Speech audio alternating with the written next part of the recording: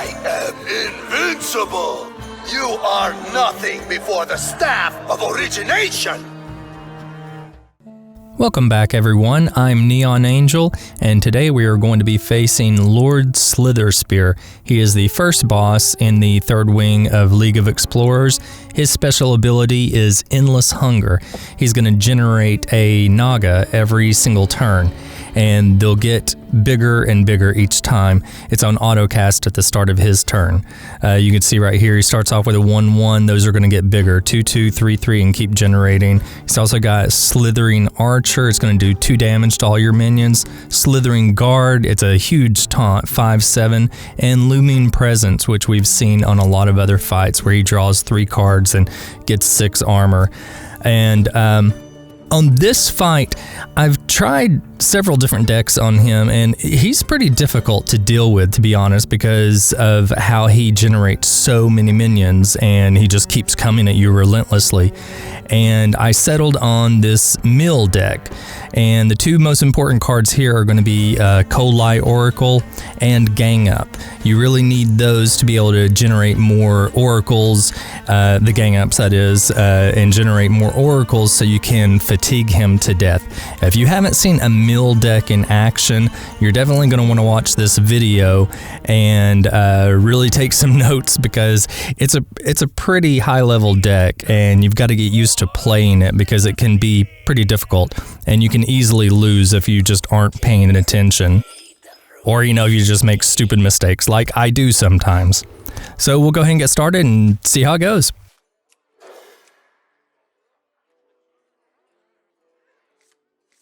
You really prefer to start with a Cold Light Oracle if you can, even though you aren't going to be using him right away.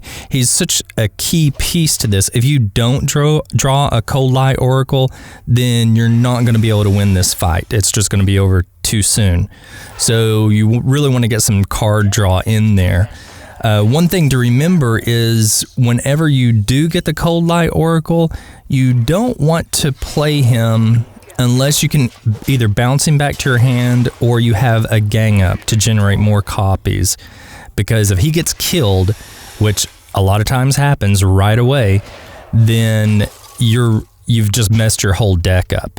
You won't be able to draw him into fatigue. Death Lords are great here because they pull another card out of his deck, and you can end up sending everything back with Vanish. Now, I've already got 1 Vanish in my hand here, and it's a key part of this deck as well. Ideally, what you want to do is wait until his hand is full, or close to full, and he's got a full board, because that way, if you use Vanish, it's going to send everything back to his hand. But if he's got 10 cards, it's not going to allow them to come back to his hand, and it will just destroy them. So that's a good way to take care of a lot of minions all at once. And with your Doomsayers there, don't be afraid to play them early, because if you wait too long, then his minions are just going to get big enough to one-shot the Doomsayers. It's not going to do any good. He'll just overwhelm you. And the saps you want to save for the Naga that he creates, because if you send them back to his hand either with Vanish or sap, then it goes back to a 1-1. So whatever power it was, whatever attack and health it was at, is going to get reset to 1 once it bounces back to his hand.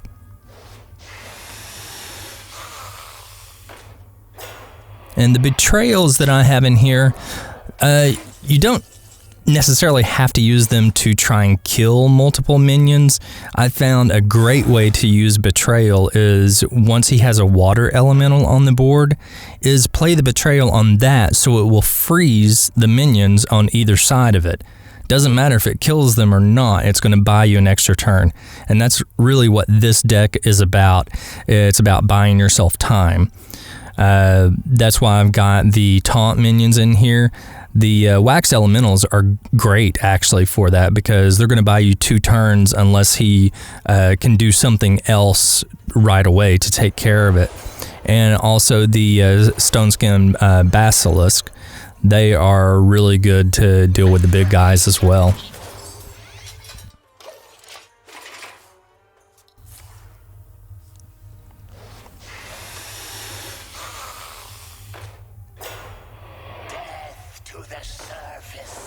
And Slithering Archer is terrible. He's good for him, but he's bad for us because, as you saw there, he would just basically wipe out your whole board. So now I'm left where I pretty much have to go ahead and use the Vanish, even though it's not the ideal time. But luckily, I had a Doomsayer there, so I'm going to kill whatever he's going to do for the turn anyway.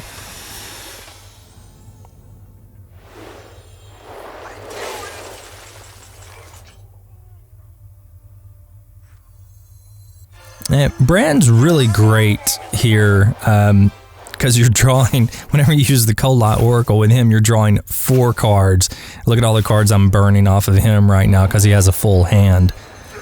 You don't have to have Bran in this deck.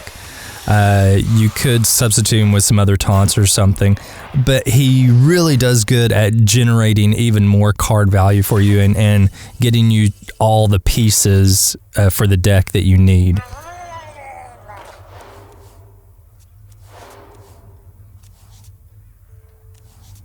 And there's Gang Up, so that's good. Gang Up is what is going to keep you from fatiguing yourself to death. Because also, if you aren't careful, you can very easily kill you and Lord Slitherspear, which is a defeat.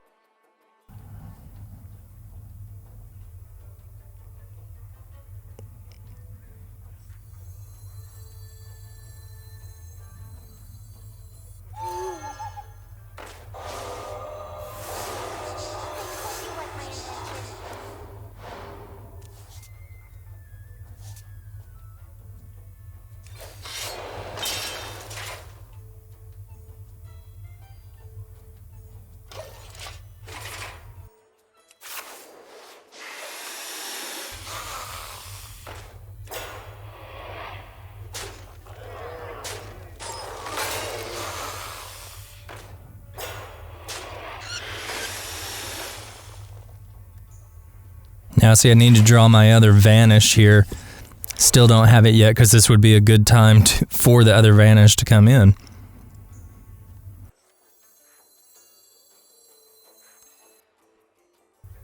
Now, I've got to be careful here because I'm going to be burning my own cards just by the card draw that Bran is helping generate. So I've got to try and lay down a couple other things first. Now, I've already got a prep in my hand, so if I get the Vanish, well, I sort of screwed up there because of it. Yeah, see, there's the Vanish, but I don't have enough mana to do it. I screwed myself there. I needed to cast the Cold Light Oracle that I had bounced back with the Shadow Step, the one that cost 1. And if I would have done that, I would have been able to do it there. So anyway, I've at least got a taunt up here, but he's got some big guys. So this is going to be sort of tricky here. We'll take the biggest guy out of the picture. Or, you know, what may be better here is, like I was telling you with using Betrayal, I can actually prep a Betrayal and then still use the sap, and that should be pretty good for this turn because he's not got any more cards at this point, so everything that I cause him to draw is going to be fatigue damage.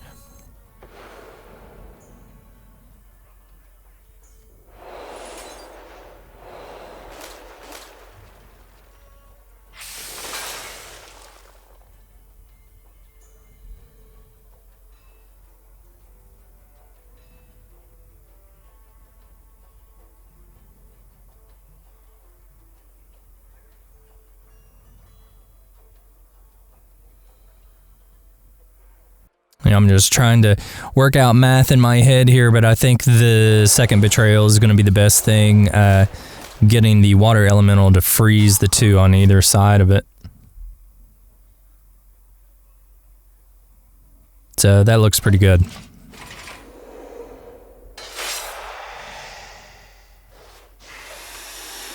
Now he's probably going to go ahead and kill Bran, which is fine, because you could still kill him with the fatigue damage without having Bran. In fact, it's usually better not to have Bran on the board because you really risk killing yourself unless you have a high health total.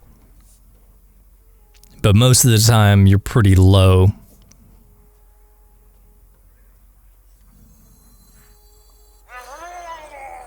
I'm out of cards.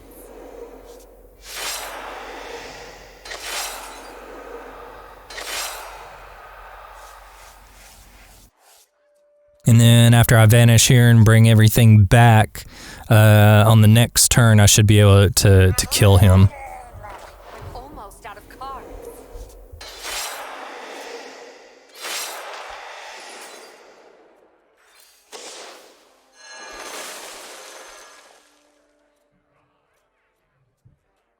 Here we go. Job done.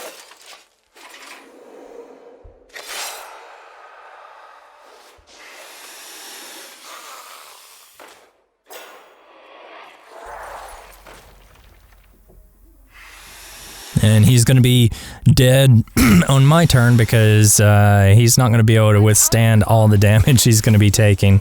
He's going to be taking a ton of damage from card draw here. I'm going to be taking some too, but not as much as him. And he just needs to die, so it's all good.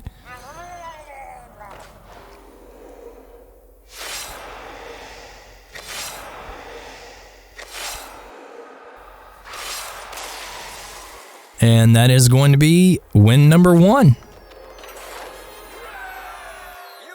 my gratitude, Explorer. And like I normally do on these videos, I'm going to go ahead and play through until I've won 5 games. So sit back and relax.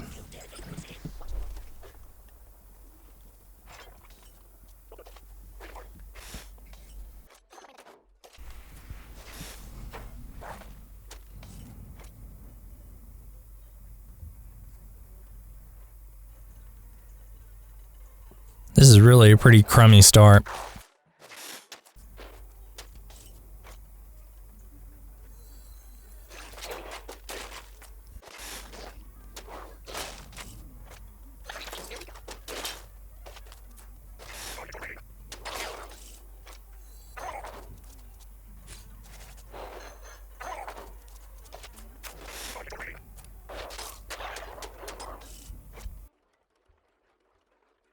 Now, see, I've put myself extremely low here.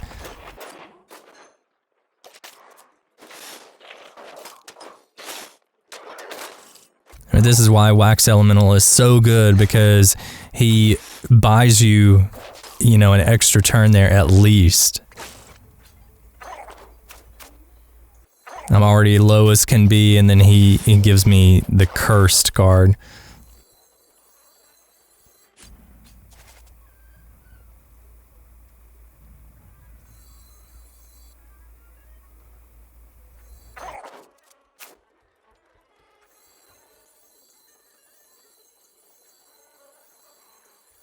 Okay, and save the vanish till next turn. Just go ahead and sap Ice Owl there.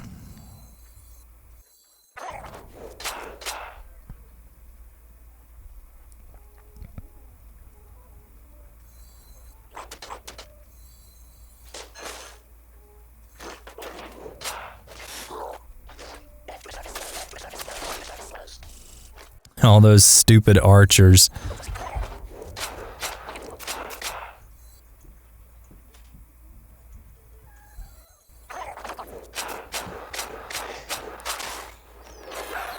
I was able to get him though. Win number 2. See, that looked pretty grim from the start, but I was still able to delay him long enough to just draw him into fatigue. Now this looks like a good start here. All I need is the Cold Light Oracle, and it should be good. Here we go. Here we go.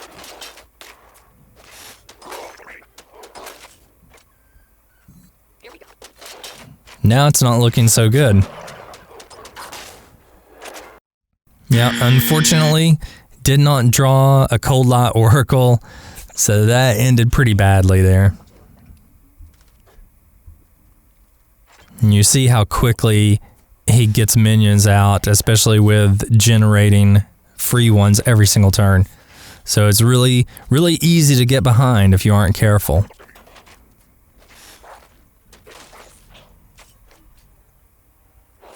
Here we go. Here we go.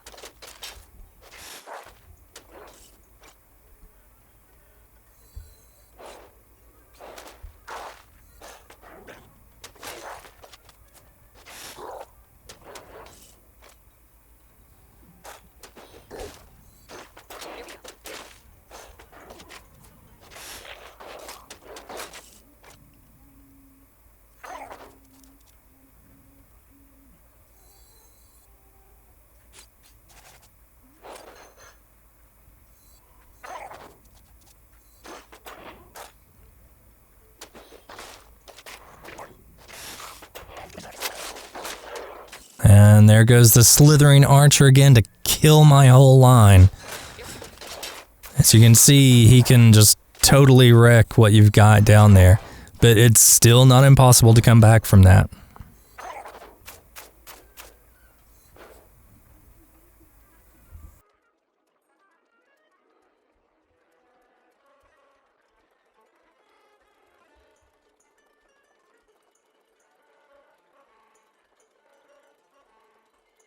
Now, this is pretty bad right here. I mean, if he gives me, if he curses me, then that's going to be ball game for me.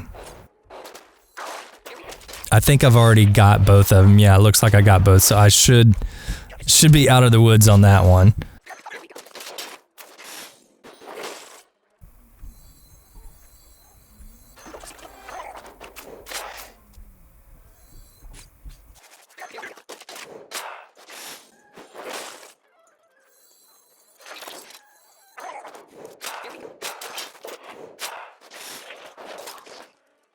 Now he's going to be dead this turn.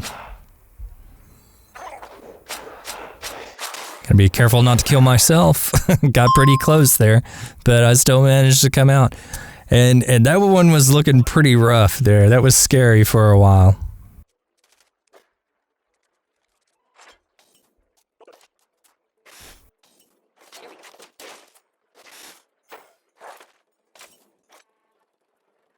Here we go. Here we go.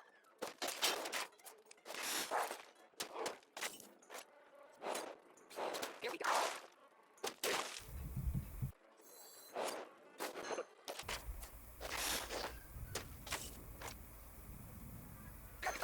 Here we go. Now, even though he killed the Doomsayer there, which I knew he was going to, I was really concerned about buying time.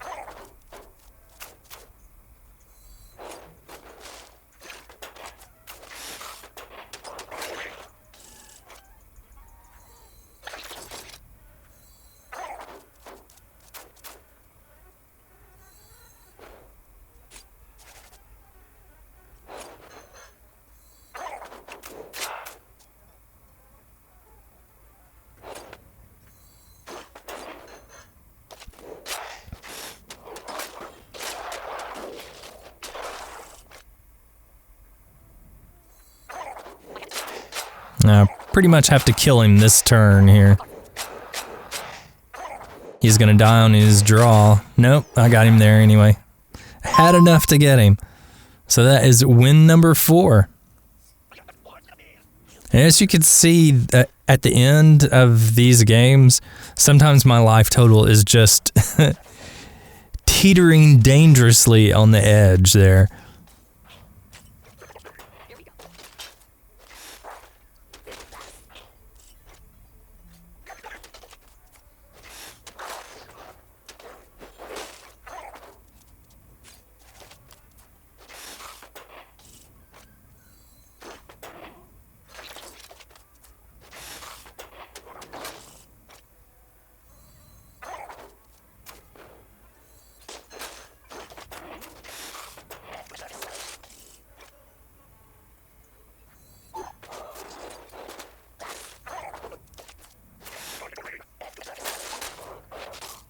Hate slithering archer.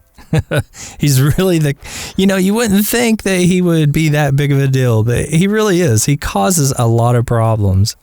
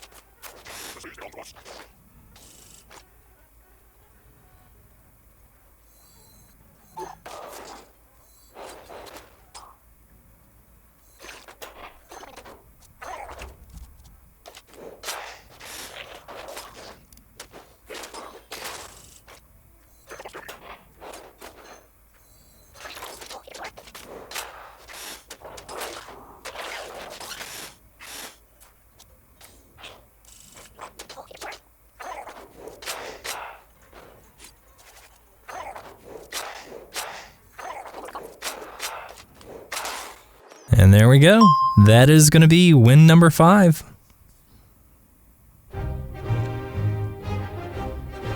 So thanks for joining me today. I hope that you enjoyed it.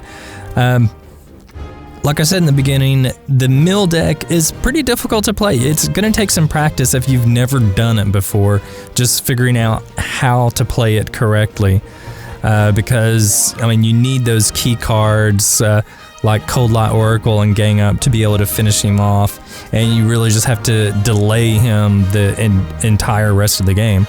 So anyway, thanks for joining me, and I'll see you next time.